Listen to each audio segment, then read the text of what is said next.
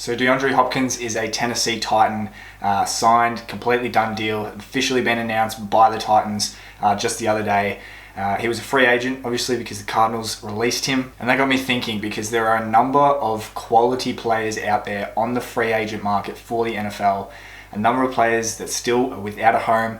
And I wanted to know why. Why are these players out there? Let's look at their profile, let's look at their strengths, their weaknesses, and really dive into the reason why they're not on an NFL roster as of right now. Let's dive into the DeAndre Hopkins deal firstly.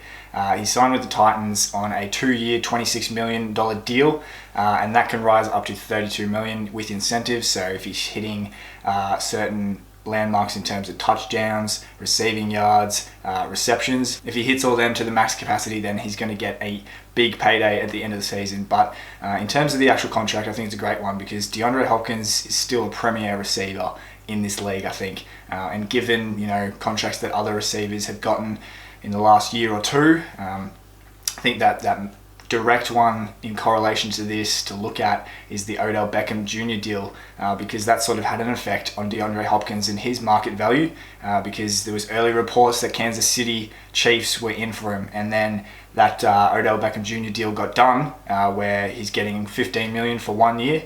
And this is a guy that's coming off a major injury. DeAndre Hopkins also has his injury issues, and they're a similar age bracket. But I think that really put off that deal for the Kansas City Chiefs, and sort of adjusted his market value in DeAndre Hopkins, that is. And more recently, before he signed with the Titans, New England Patriots were in for him. And they obviously didn't get him because they were willing to pay the same amount all up, in terms of around 15 odd million per year, but about 10 million of that was going to be incentive based. So Titans have gone with the guaranteed money, locked him away, and so the Patriots were looking at the incentives of receptions, as I mentioned, touchdowns, all that jazz. And obviously Hopkins, he's a smart man, and he went with the guaranteed money. Some of you might not call him smart though, because there's been plenty of memes and whatnot about DeAndre Hopkins joining the Titans, as it's the place where receivers go to die, or Hall of Fame type receivers go to die. You got Randy Moss, Julio Jones, the top examples, I guess, but I don't see it going the same way, to be honest. I think not to say that DeAndre Hopkins is a better receiver.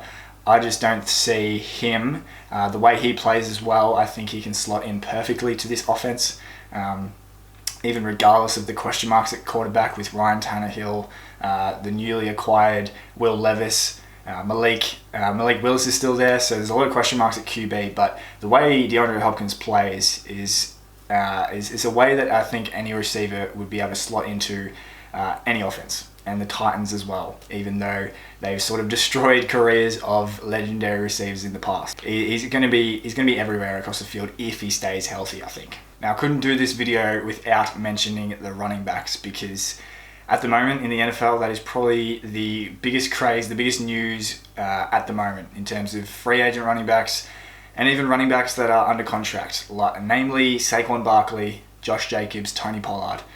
In terms of those three, we'll touch on them quickly because they are under contract, but they've been dealt with the franchise tag, and it's not a very happy time to be a running back at all, either free agent wise or even under contract, because they just don't get paid in the NFL these days. Just recently, Saquon Barkley has agreed to a deal, 1 year, $11 million with the Giants. There was a lot of talk of him not playing at all, sitting out the season. My view of that is just they shouldn't be doing that, as much as frustrating as it would be, considering how much they are valued, or how little I should say, and what they do produce on the field.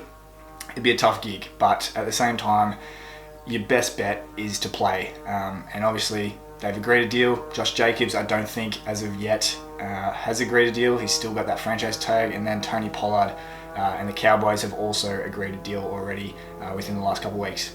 But onto the free agents on the market, and there are some big names. The biggest of all, Dalvin Cook, obviously released, cut by the Vikings, still without a home, and there's probably a number of reasons, and we'll get into that. But the other ones to mention, Ezekiel Elliott, Leonard Fournette, and Kareem Hunt are probably the other big high-profile running backs. all a very similar profile. They're all 28, and they all sort of similar sort of play style. So unfortunately for them, they're all sort of been shoehorned into the same sort of pocket in that, as I mentioned, they're all 28, and the running backs in this day and age in the NFL, the age is really that 28 mark to 30 is where you start to be valued as not up to it, or just slowing down, or whatever it is. There's exceptions to the point, but in terms of this sort of group, Ezekiel Elliott, it's been sort of noticeable for the last year or two that he's not the same running back that he once was, that got him that money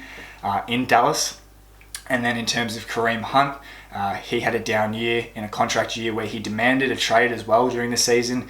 You might have forgotten that. And then Leonard Fournette, unfortunately for him, he's probably the biggest example of one that's been viewed as really off the pace compared to his peak years, I guess. And this is caused by Rachaad White last season in Tampa Bay, taking over the backfield there. So unfortunately these days, running backs have really been, and I use it again, that they've been shoehorned in this specific timeline and a specific monetary value. And it's more evident now so than ever in terms of their longevity in the league being probably the shortest out of any position in this league. And then the monetary value, as I mentioned, what they're thinking they should be getting paid is far off what they are actually getting paid. And that's been due to the big contracts that an Ezekiel Elliott has gotten in the past, Dalvin Cook, who we'll get to very shortly as well. These big contracts that they've gotten, and then the sort of decline, and it's not even been a sharp decline necessarily for some players, but a somewhat of a decline in their play has resulted in this massive shift in the NFL and their outlook for the running back position. So on to Dalvin Cook, probably the biggest name in free agency right now. He was set to make $10.4 million with the Vikings before they released him. They're going ahead with Alexander Mattison, which I think in terms of that's a great sort of direction to go. But don't get me wrong, Dalvin Cook is a phenomenal player in the league, regardless of position. He's that running back that can catch out of the backfield as well.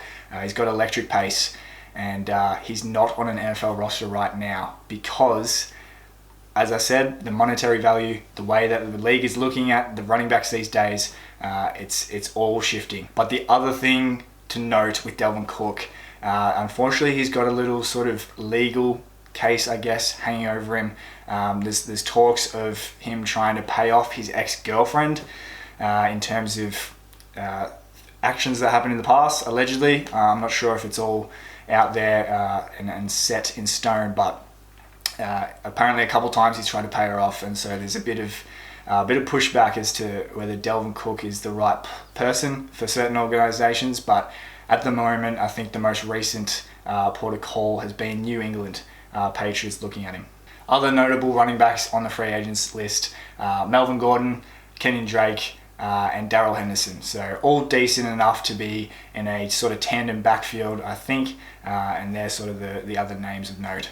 Onto the edge rushers, and there's some names that, similar to the running back space, there's some big names here, and some players that could play multiple down role. You know, these are players that have got experience and have had production in the past as well. And the first name off the bat is Jadeveon Clowney, the former number 1 pick. Is currently sitting there in free agency, and I think he's one of those ones that will probably sit there for quite a while. He's sort of fallen into that trap of teams will look to pick him up if injuries arise or if certain needs arise closer to the season starting, or maybe even once the season has already started. He's in that sort of mold these days. The other things to consider, and we've already sort of touched on a couple of them, a lot of positions and edge rushers included. But just as a whole in the NFL, you get to that sort of magic number of 30, and you sort of are viewed as dropping off a cliff, or potential to drop off a cliff in terms of production and then injuries. And that's the other thing with Jadeveon Clowney. He's had a serious injury history, and that's, I think, as well why he's sort of fallen into this trap of teams will look to pick him up probably close to, if not already during the season. But then you get to the flip side of Yannick Ngakoue. He's also a free agent right now.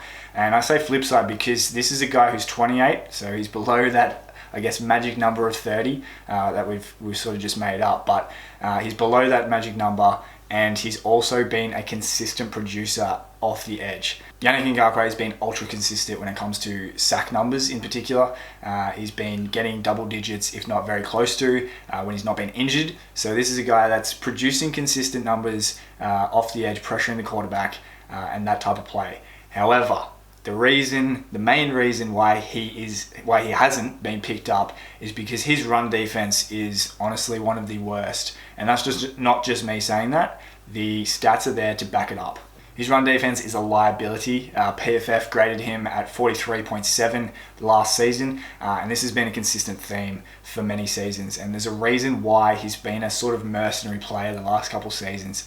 Within the last 3 years, he's been on the Vikings, the Raiders, and the Colts most recently, and before that, the Jaguars, obviously. So he's been around the block many times, and while being consistent in the sack areas and the QB hits and that sort of thing, it's his run defense where he's a complete liability for a team. But having said that, this is a guy on the free agent market that any team in the NFL could probably use to some extent. Probably the top teams would be obviously looking to avoid him, but that sort of middle row and the lower teams that are just looking for sheer production in terms of getting to the quarterback, you can do a lot worse than picking up Yannick Ngakoue. Some other names to mention, experienced heads as well, Kyle Van Noy and Justin Houston, both sitting there, obviously both over 30, and we talked about that sort of the age in the NFL and how it's viewed, but these guys, in terms of their production, even when not playing as much in Justin Houston's case, where he's just sort of been that rotational type player, most recently with the Ravens, these guys provide experience both on and off the field, and I think they'd be a great pickup in almost any organization as well. Moving on to the next position, the cornerback room, and to me they're sort of the opposite of, well, not the opposite, but the defensive version of the running backs. Not quite as volatile in terms of how brutal it is with the money and the age and that sort of thing, but sort of close to in terms of getting viewed at a certain age as dropping off a cliff. But there are a couple of names in here, and a couple of actually younger names. The first one being Isaiah Rodgers, obviously formerly of the Colts, but is a free agent because the Colts cut him due to the league suspending him for gambling. So he's sitting there, but he will miss a number of games going into this season. At 25 years of age, with that suspension sort of looming over him, it's an indefinite suspension. But there's a player there, depending on what happens with the NFL and what they do, there's a player there to mold and potentially steal off the Colts, I guess. The former Raven Marcus Peters was on this list. As of a few days ago, he's been signed by the Raiders. I think the former two-time All-Pro was a great get for the Raiders